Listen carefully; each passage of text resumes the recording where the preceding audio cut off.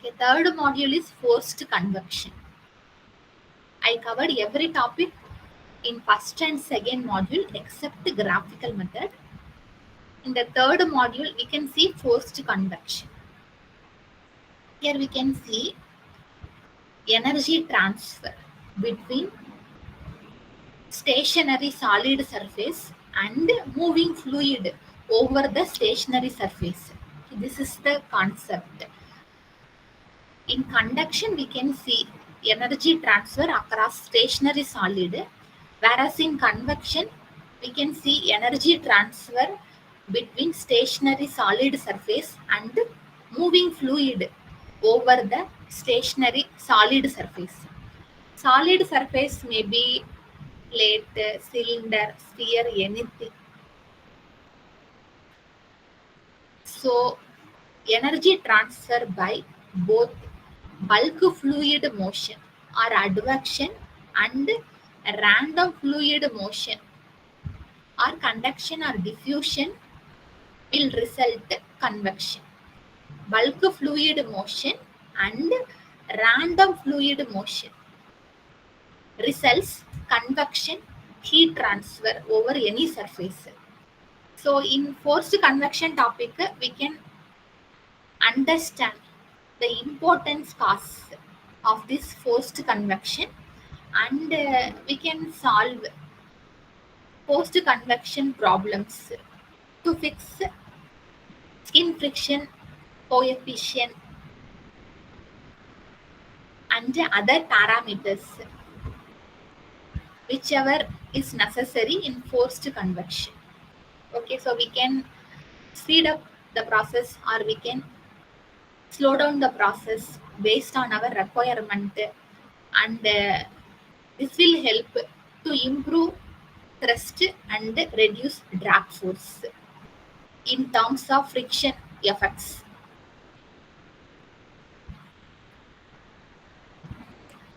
So convection means energy transfer between stationary solid and moving fluid.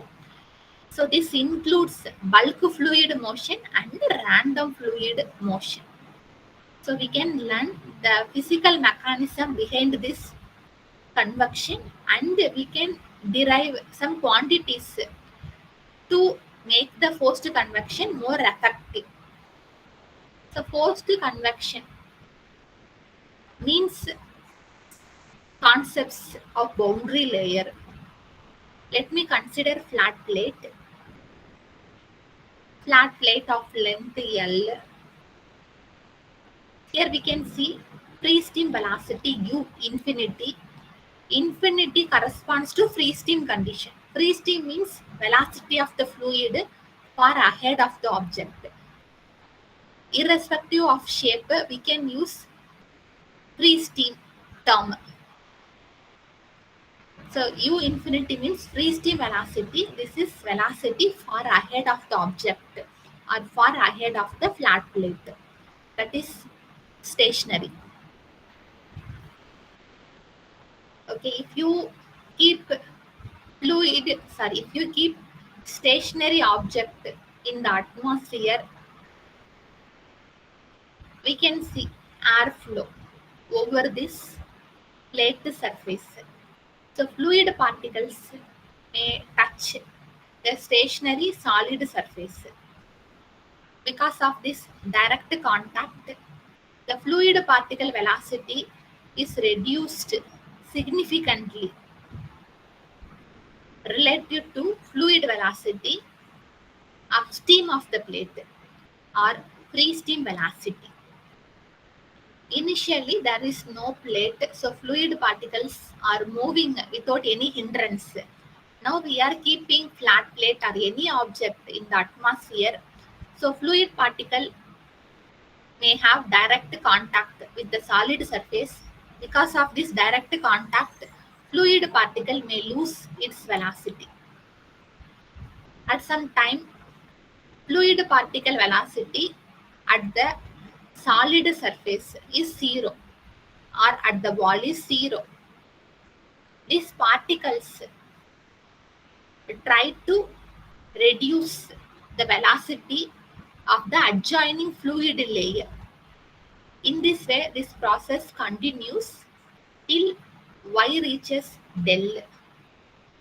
At this point, we can't experience any restriction to slow down fluid velocity. The fluid velocity will reach the free stream velocity or velocity in the upstream direction of the flat plate.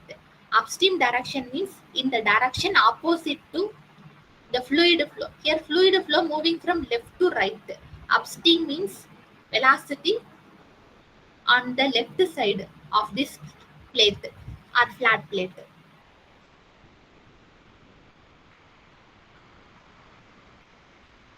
Okay, one more time I can tell you.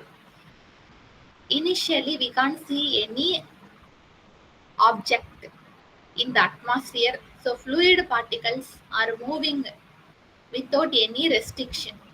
It will move on its own without any restriction.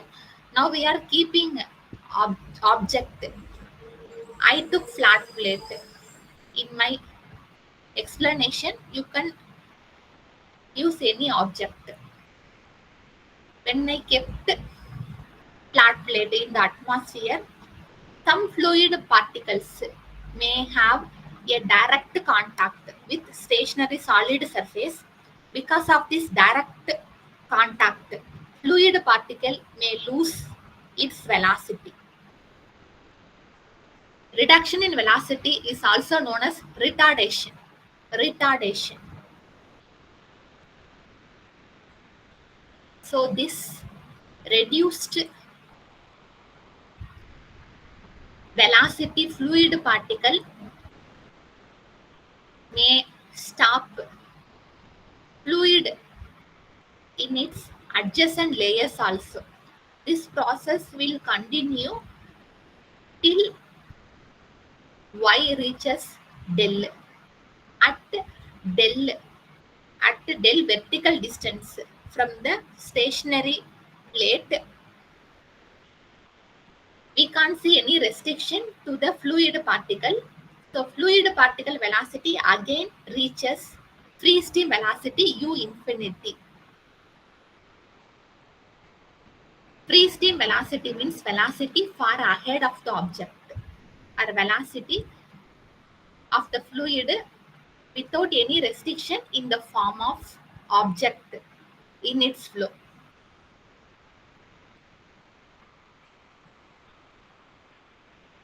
Okay, this retardation of fluid motion is due to direct contact. In other words, we can say friction between fluid particles and stationary solid surface. This can result shear stresses in the direction parallel to fluid velocity or in the tangential direction to fluid velocity. So shear stress direction is parallel to fluid velocity or in the tangential direction. If you increase distance y from the stationary solid, x velocity component of fluid, x component of velocity means u, must increase until it approaches the free stream value.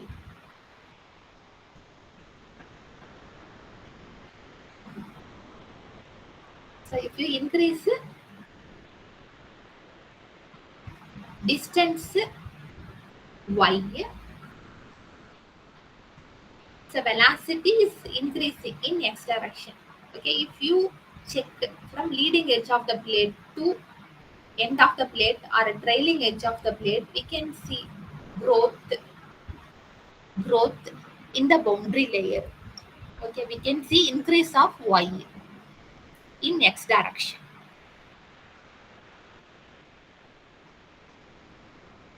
Here subscript infinity corresponds to free stream outside the boundary layer. So if you increase distance y from the surface, X velocity component of fluid U increase till U reaches free stream velocity. So the quantity or thickness del is known as boundary layer thickness, where velocity of the fluid reaches 99% of free stream velocity of fluid. Velocity of fluid reaches 99% of free stream velocity of fluid. So boundary layer velocity profile refers to variation of u with respect to y through the boundary layer. Here we can see two regions with respect to y direction. One is thin region where velocity changes. Velocity changes means shear stress exits, and region outside this boundary layer where we can't see any changes in free stream velocity, shear stress, etc. So thin fluid layer and the region outside the boundary layer. We can see two regions over this plate in terms of velocity. Only in thin fluid layer we can see velocity gradients dou u by dou y and its corresponding shear stresses in the direction parallel to fluid flow. These are very large in comparison with velocity gradient and shear stress in the region outside the boundary layer. It is mentioned that there is no velocity gradient outside the boundary layer. Everywhere, free stream velocity is identified in the region outside the boundary layer. Similarly,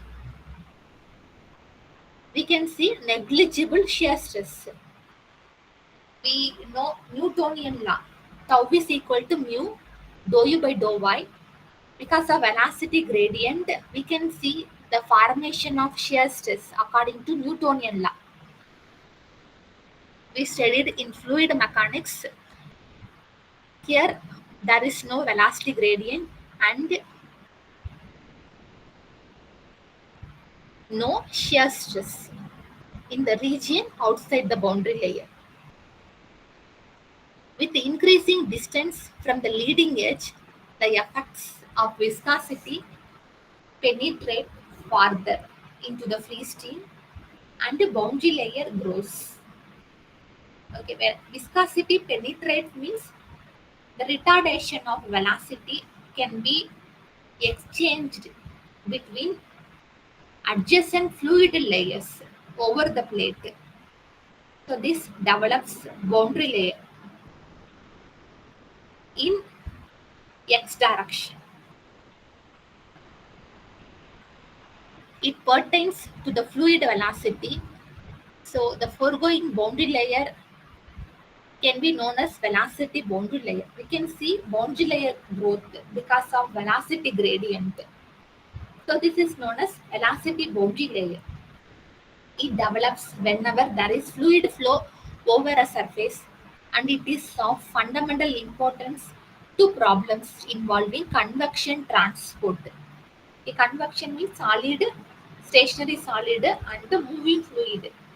Okay, whenever you see these two objects in heat transfer, we can see the growth of velocity boundary layer over the stationary object in the atmosphere. In fluid mechanics, its significance to the engineer stems from its relation to the surface shear stress tau s and hence to surface frictional effects. For external flows, it provides the basis for determining the local friction coefficient. This is a key dimensionless parameter from which surface frictional drag can be estimated. If we know shear stress, we can predict thin friction drag coefficient. Thin friction drag coefficient. Skin friction drag coefficient is dominant in streamlined bodies. In aircraft, we can see streamlined bodies in many aircraft components. So we can predict the skin friction drag coefficient using this velocity boundary layer concept. Okay, I told you already this concept.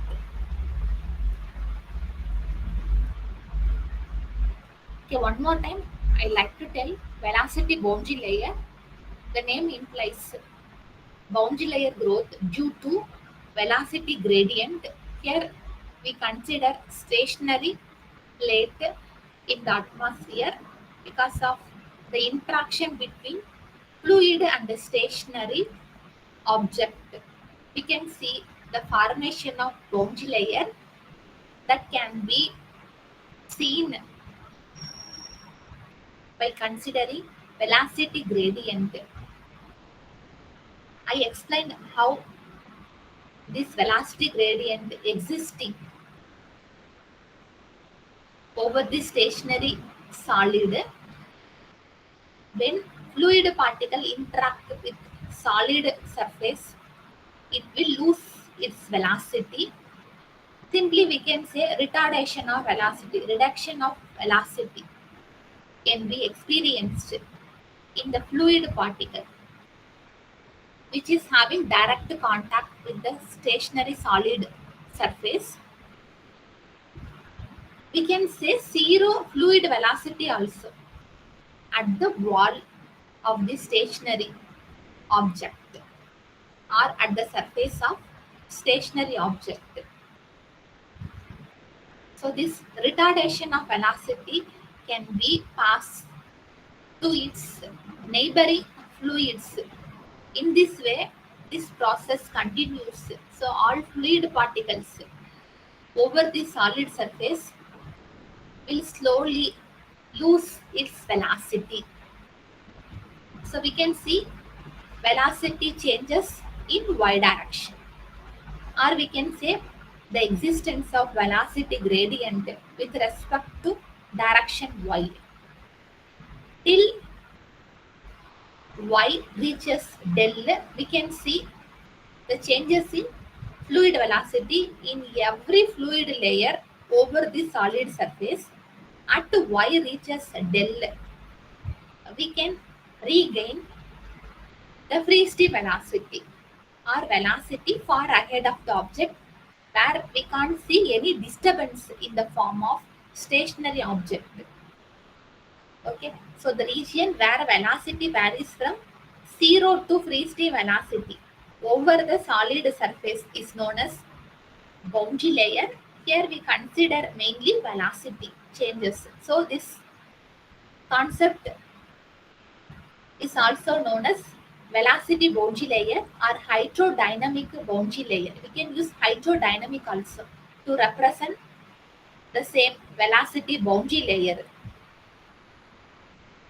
Because of this velocity gradient existence, we can see the formation of shear stress in the direction parallel to fluid flow.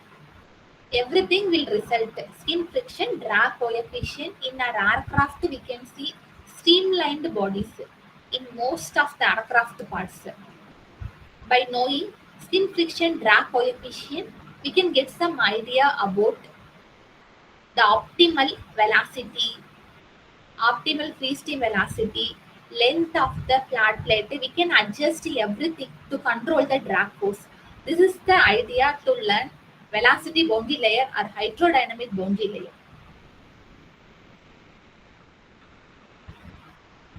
Okay, we can tell the velocity boundary layer thickness as velocity of 0.99 times free stream velocity or 99% of free stream velocity. Okay, next is thermal boundary layer. This is next topic. In our introduction to aerospace, we learned only velocity or hydrodynamic boundary layer. In HMT subject, we can learn thermal boundary layer also. Okay, thermal boundary layer It is opposite to hydrodynamic boundary layer. In hydrodynamic boundary layer,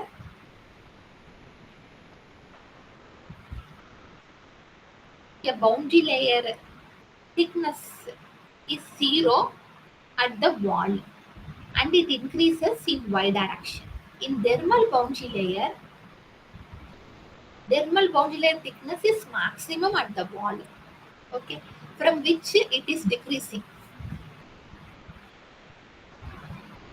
So I told thermal boundary layer in HMT is very important to predict the temperature gradient.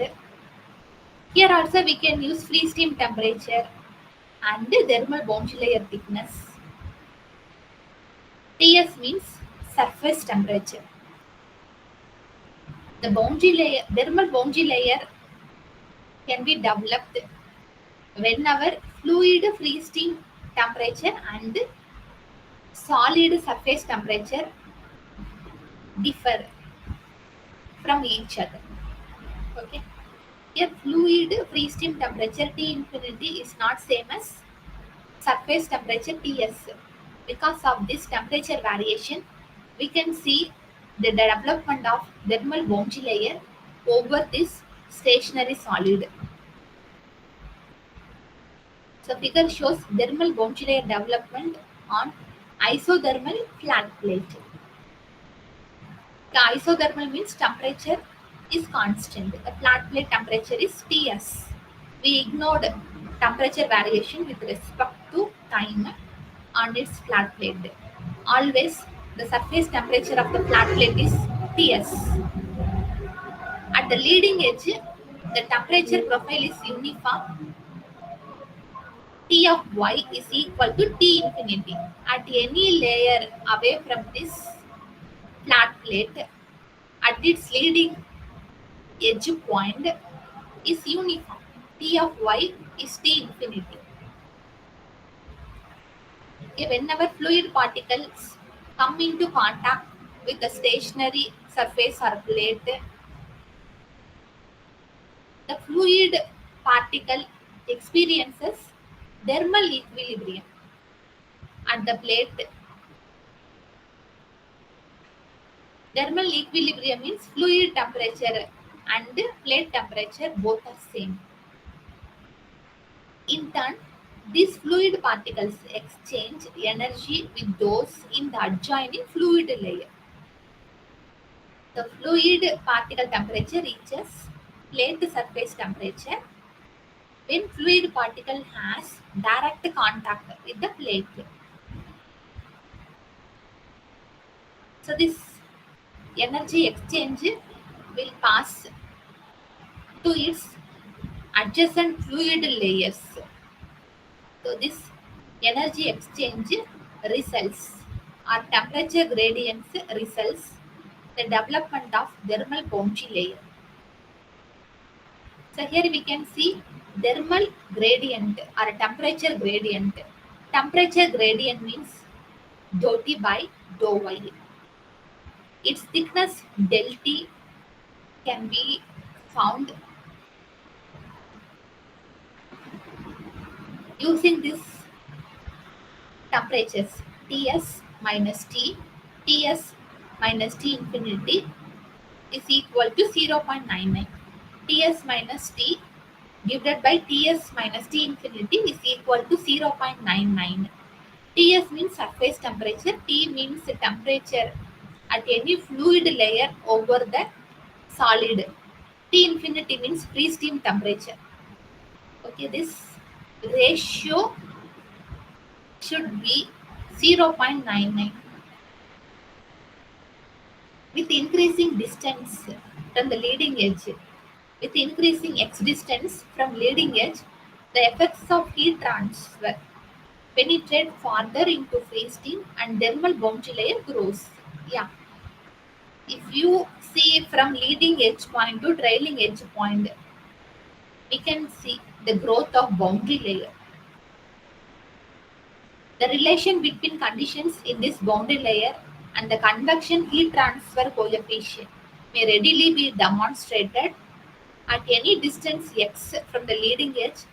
The local surface heat flux may be obtained by applying Fourier's law to the fluid at y is equal to 0. Within the solid surface, we can expect heat conduction. We know heat conduction governing law. Rate of heat transfer is equal to minus K times cross-sectional area times dou T by dou Y. Heat flux means rate of heat transfer per unit area. So Qs double dash is equal to minus K dou T by dou Y. Here they consider at y is equal to 0 at the wall. Qs double dash, we can say heat flux or surface heat flux. Okay, here we need to include convection also. Through this solid, we can see conduction. From solid, we can see heat convection. So they used Newton's law of cooling also. Newton's law of cooling gives rate of heat transfer Q is equal to HEA Ts minus T infinity. Rate of heat transfer per unit area means surface heat flux. Qs double dash can be H times temperature gradient Ts minus T infinity. Okay. So earlier we got Qs double dash. Now we got Qs double dash in terms of convective heat transfer coefficient. We can substitute equation number 4 in equation number 3. The Qs double dash can be written as H times Ts minus T infinity. From equating equation 3 and 4, we can fix convective heat transfer coefficient value H in terms of thermal conductivity, temperature gradient in y direction, and surface temperature and free steam temperature. Okay. Conditions in the thermal boundary layer which strongly influence the wall temperature gradient dou T by dou Y determines the rate of heat transfer across the boundary layer. A temperature gradient only helps to fix rate of heat transfer across the thermal boundary layer. Since Ts minus T infinity is a constant and independent of x, so del T increases with increasing x, but temperature gradient in the boundary layer must decrease with increasing x. Del T increases, but temperature gradient decreases in x direction.